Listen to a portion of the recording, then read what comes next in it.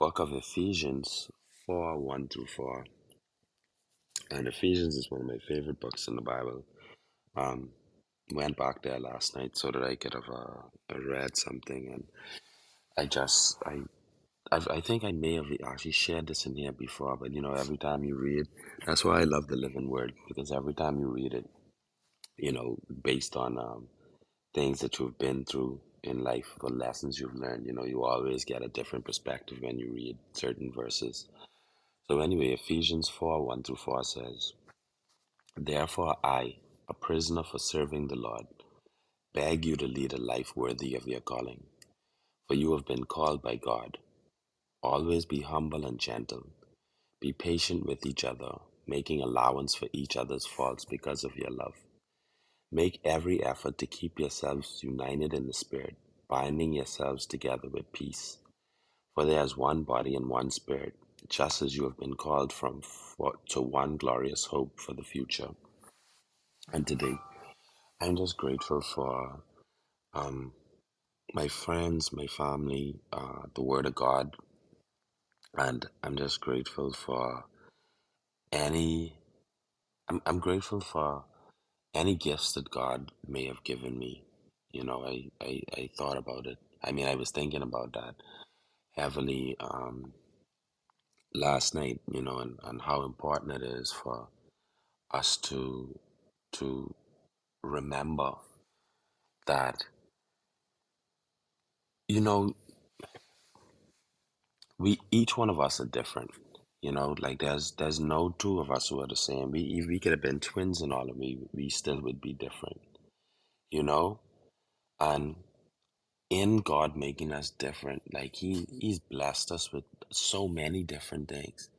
But I strongly, like, I really really believe this, y'all. Like, I really believe that, like, each one of us has a gift, like, buried deep inside us.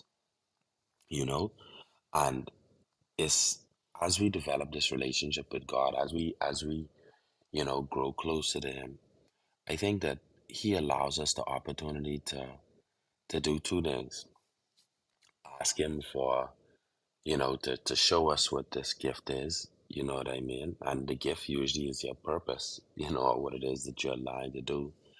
Or, slowly by time, we surely sort of realize it, you know what I mean?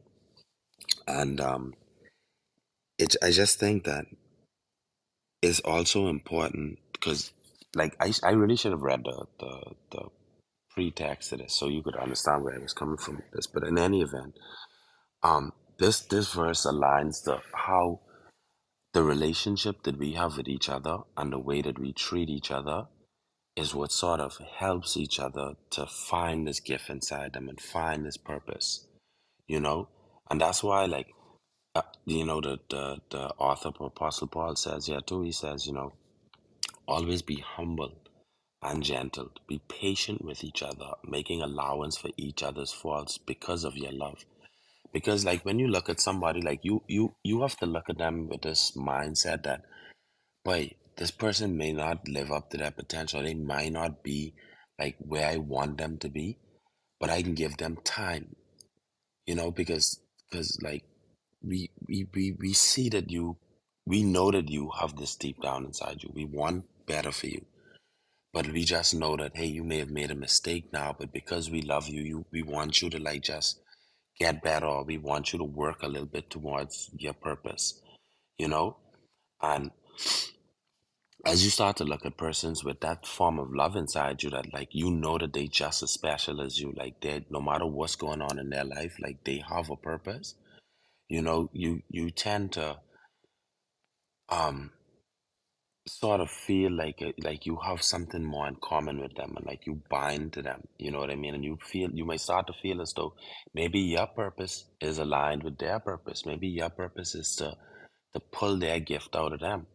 Their gift may change the world, but they wouldn't be able to access this if you didn't show them love, if you weren't patient with them, if you weren't kind with them, So anyway, I can't really stay, I mean, and talk too much longer, but I appreciate, again, everyone for listening to me, and I just hope that we continue to be united in the spirit.